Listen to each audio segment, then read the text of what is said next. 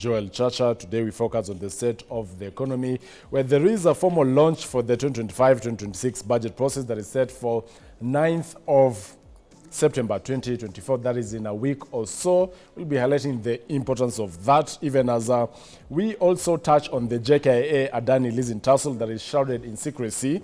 The Treasury PS, that is Dr. Chris Kipto, appeared before a parliamentary committee with no details of the deal. This is what transpired before the Debt and Privatization Committee of the National Assembly. By Adani Airports Holding Limited for the investment in the Jomo Kenyatta International Airport is currently ongoing. Once finalized, the National Treasury will give a comprehensive submission. I have enough text here from Gen Zs and the public at large on this issue. Some of us, our re-election is based on how we had on this matter. And therefore to us, it's a matter of career progression. And therefore we have to take it seriously. We have information, we have data. Even the workers that work in Jomo Kenyatta National Airport are saying we are on a risk. We will be sacked, all of us. That can give us a reason we send you away to give us a longer, proper presentation. Because it's really awkward, and it puts us in a very difficult situation where every matter that have come, we are saying, okay, can we? In studio, once again, I'm joined by Honorable James Gakuya, Chair of the Trade Committee of the National Assembly, also Embakasi North Member of Parliament, and as well Honorable CPA Julius Ruto, who is the Cases Member of Parliament and a member of the National Planning and Finance Committee of the National Assembly. Set to join us shortly will be Ruth Kinyanjui, an economist. And just to begin with the JKIA Adani deal, Honorable Gakuya, 30 years, it's the period that as a country we will have to pay a more than 240 billion loan that will be used to facelift, or the amount that will be used to facelift our airport, that is JKIA. Are you concerned that such a critical installation will lease it for the next 30 years? One, Joe, let me say very categorically that there is nothing wrong where there is proper planning. Things goes wrong when things are done under the carpet. And I still believe that, in fact, during Jomo Kenyatta's tenure, there was a plan to take over the KIA management to be handled by KQ, and the parliament stopped that particular arrangement. I still believe if the Treasury has no answer for now, and Treasury is the people's custodian, I believe that then there's something wrong. And nothing can be done under the carpet at this stage. And KIA, as it stands, it has a lot of interest. Let us also note that, in fact, it is one of those particular agencies that has operating well without major issues. My big question is, why are we in a new arrangement still to hand it over to another independent entity? And as much as we need money to do facelift to our KIA, is that the best route to go? So I think before I castigate it, I would like to say everything should be in order. All the procedures and planning should be in order. The Treasury should be having answers at their fingertips, and then the committee, which represents, which is the Committee for Finance, which is in charge of checking the Treasury, should be having answers. Therefore, as a parliamentarians, we can have an answer to the people. But as of now, I have no details. I have no information. I'm equally in dark as those other members who are responding at this particular meeting. They are agitating because I have no information. Because the information should be public, but there is nothing in the public. So I am saying it is wrong. We must have information which cannot be hidden by anybody, because Parliament is a public entity which must have having this fingertip information. And I believe that, in fact, if there is such a plan, then the committee in charge should be in that information. You are the chair of the Trade Committee. Would leasing of such a critical installation affect business and trade in this country, or even make it more expensive, because it could be at the mercies of the Adani holdings? What I have said is that, in fact, we have experts, and these experts that we have experts in what we call our economic areas, our other areas of concern. And if we must arrive to a point of giving out a list of that years, and the recovery of that kind of loan, then it has to be something that actually has been well thought for. But we cannot rush to those kind of deals which may bring issues later. So I would say, as much as we would like KIA to be facelift, to be at the level of those other international airports, but we need to have the clear procedure, and all answers should be responded to. Number two, there is what we call public participation.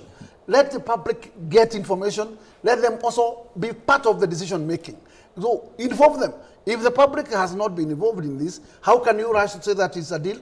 It cannot. It is well envisaged in our constitution that that's a public entity. It has to undergo public participation. And if that is done, then I have no problem. But if not done, then it is not right. Honorable CPA Julius Ruto, but before coming to you, just to introduce our guest, that is Ruth Kinyanjui, an economist. Thank you so much for creating time this morning. Honorable CPA Ruto, we understand the Gen Zs also took to the streets on this matter of the Adani deal, and then reports were that it was sold, all enough for the president to come out and clear the air, saying it's a lease. But on how to approach these leases, be it, let's say it's part of the privatization that could be ongoing, or just means to... That years is equivalent to sell. That years it is. I think 30 years lease is equivalent to sell. That is what you're saying this morning. Of course. So we should even negotiate the period. Joe, first of all, allow me to welcome our beautiful lady. At least we are now constitutionally quorum. Now that you The have, two-third. Yeah, the two-third gender rule. I feared GNC would come. First of all, I want to agree with my brother in the level of engaging public as per the constitution requirement, Article 10. But I'm aware that KIA did make a communique when the workers' union agitated the fears that probably this deal might find them on a disadvantaged position. But the information that KIA gave in is that this is just but still at a low level of procedure. Probably, maybe because of the earlier incidences where Kenyans have lost resources, Kenyans have become very sensitive. It is either our hypersensitivity that is now taking us to this level, because what KIA did communicate was they just, as part of the procedure, because when the cabinet approved the medium-term investment plan for KIA, that includes expanding Jomo Kenyatta International Airport, and all of us, we agree, JKIA in the region, in the East Africa, Eastern Africa, and even the Central Africa, is one of the critical destinations to connect Africa with the whole world, as even as it is right now. Only that the volumes have grown and that we cannot manage, especially on the aspect of cargo handling, and that there is need, for that to be looked at. It's an opportunity for Kenya. But just allow me to express something. What is being discussed is the issue of public-private partnership to come in. What they gave is that at some level, public stakeholder engagement has to come in before decision has to be made. 30 years sounds to be too long, but we need to look at what is the incremental benefit out of this one. Can it change? Can it better the situation as it is right now? Because this is a commercial hub. If public-private partnership is going to increase efficiency, it's going to multiply revenue for Kenya, then be happy. The only issue is that is Kenyan interest secured? Is employee interest secured? Is taxpayer interest secured? The other day we were about to complain about the expressway.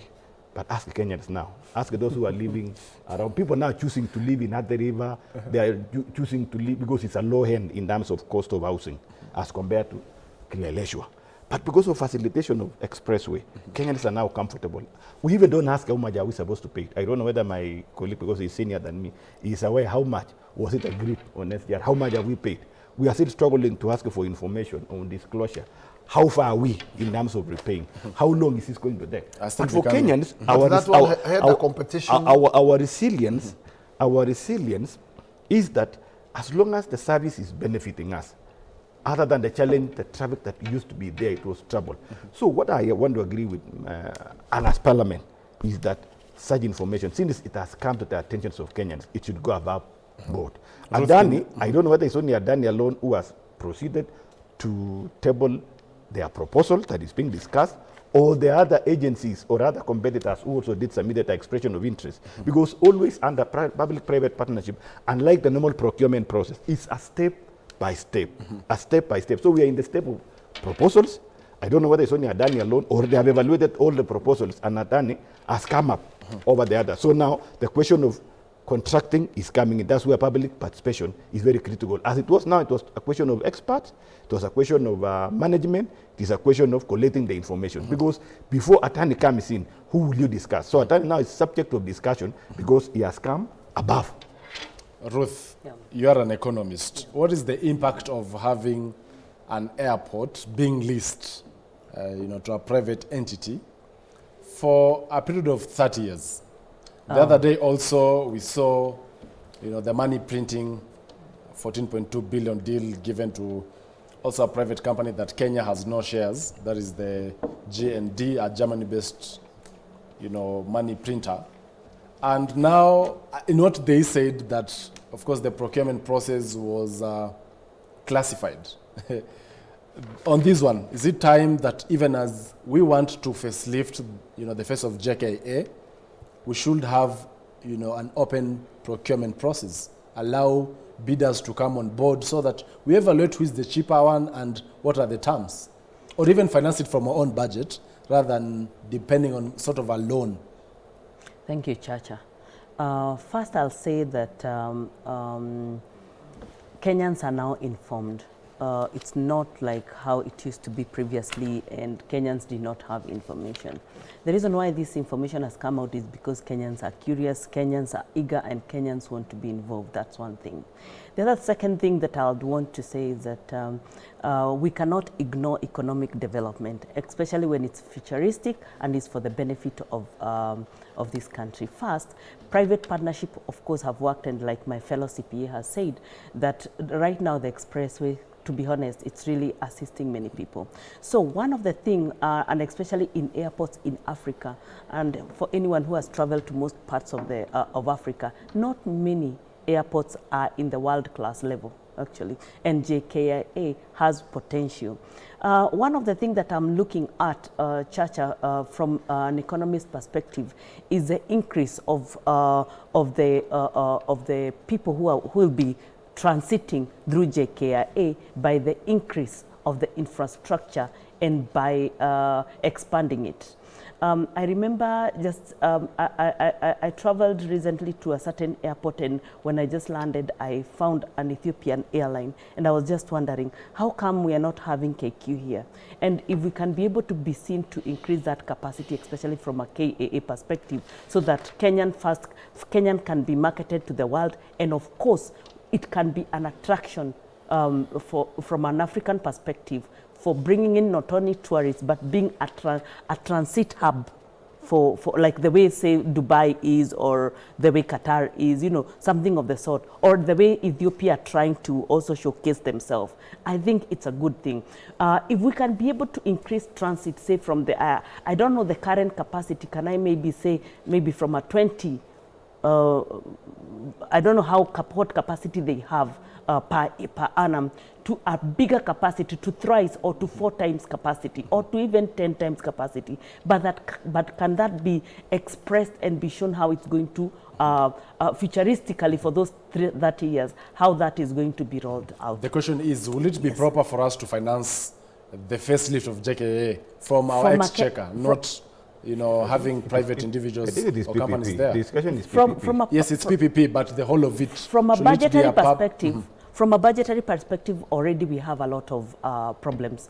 One, because let's first be clear, when it is private public partnership, then there is we do not have a lot of loan issues. The one that we are already having in the budget of paying like 1.8 trillion per, out of our budget, we are not having those issues because it's both, it's being, everyone is paying for it, just like the way Expressway is paid for it. So it's a good thing. However, the main problem that I hear here is the issue of single sourcing. And from a government perspective, if there is one thing that should be very clear, that government should not be seen to be single sourcing, because it's the same thing, it's the same government that says that even from its procurement issues and procedures, it should be seen to be transparent. There should have been people who are 2, 3, or even 4 people who should have bid, and also that process should be seen to be very transparent. Yes. And the legislatures here actually should be able to be able to support that. The other thing also, Chacha, that I want to remind you is that if there is one thing that has not been taken seriously in this country, is public participation. That one is normally thrown out of the window. If you remember why the Finance Bill 2023 was thrown out, is because the High Court, the Court of Appeal said that the reason, one of the things that one of the procedures that was never followed is public participation. So we know that is not something that is normally taken into consideration a lot. Can also that be seen to be, but from an economic perspective, this is a good move, and I think it should be supported, but no single sourcing. Just something to add on that, just quickly. Yeah. Mbadi during vetting did promise Kenyans to make public debt public. I'm interested to know the loan structure in terms of the period, so that before we struggle with the fear of 30 years engagement in PPP, we just not direct public injection in terms of outflow of our own little resources. If this thing can sustain itself and transform our transport sector in Kenya and increase revenue to the exchequer, BHP, so that we are able to evaluate the loans obligation, that even some of them we don't know where it went, but we must pay. Well, and this one that pays itself and sustains itself. The only thing is that public persuasion, at the state where we are in, if they manage to identify, they should make public good disclosure of how many people propose. Those are the questions that will arise in public participation. Honorable Gakuya, on single sourcing, just the other day, the National Treasury stated that, the CBK that is, stated that it had single sourced the G&D German-based money printer to print 2.04 billion pieces of notes. And now, on this one, Adani Holdings. Is it time President William Ruto comes to realization that the public is more aware of every move he is making, and even the Kenya Airport, Workers Union has condemned the secrecy shrouded around, or the secrecy around this deal, and they even threatening a strike.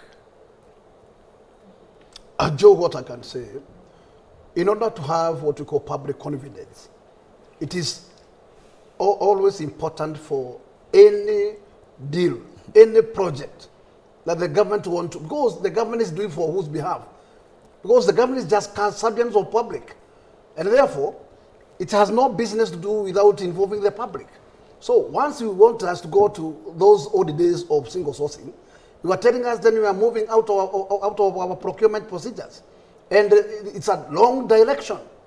It's totally long direction. Because if we are going to allow some organizations actually to be invoking that particular area of single sourcing, they tell us that we are taking a different, because if it's a matter to do with money printing, why don't you involve the current and others? Let us have a competition. Then pick the best out of that competition. If we want to have a partner, just to do what we call basically for Jomo Kenyatta, make it public. Let us have what we call transparency in the process. Let the process be accountable. So at the moment you fear it could be few individuals who could benefit from now this. Nobody has an answer. The staffs have no answer. The treasury has no answer. The committee has no answer. Who has the answer? It means it's something which is cooking by few.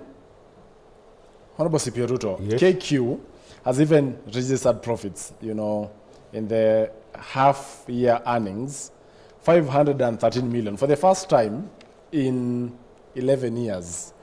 Is it time perhaps we allow KQ to generate revenues? That one even, I will allow my sister, an economist, to speak about it, because to me, that is an indicator that the Kenyan economy is projecting well. And there are many other indicators. One of the issues is exchange rate.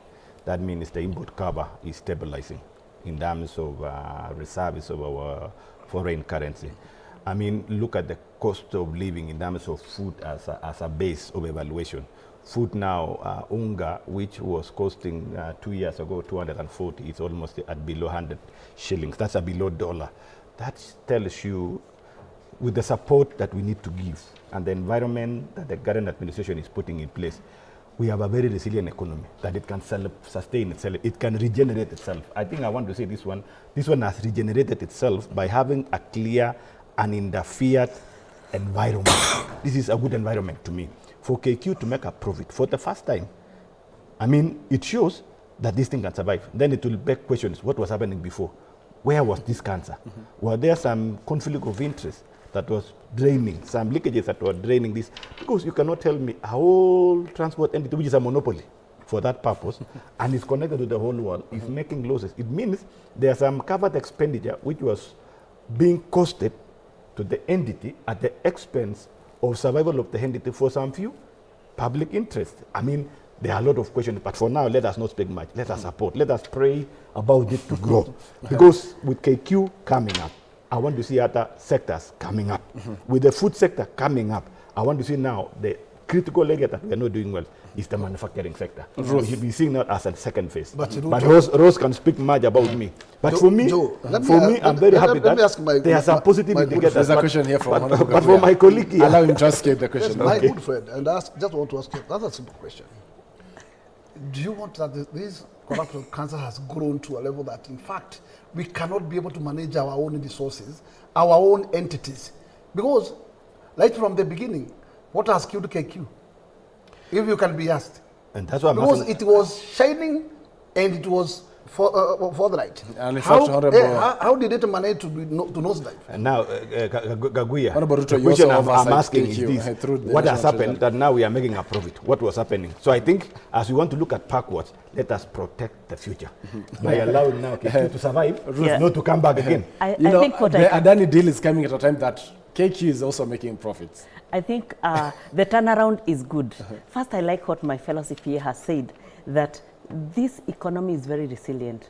And if you can remember, Chacha, I want to remind you, a month ago, I came here and I told you, by end of August, the economy of this country will be more stronger than it was a few, even earlier this year. And why am I saying that?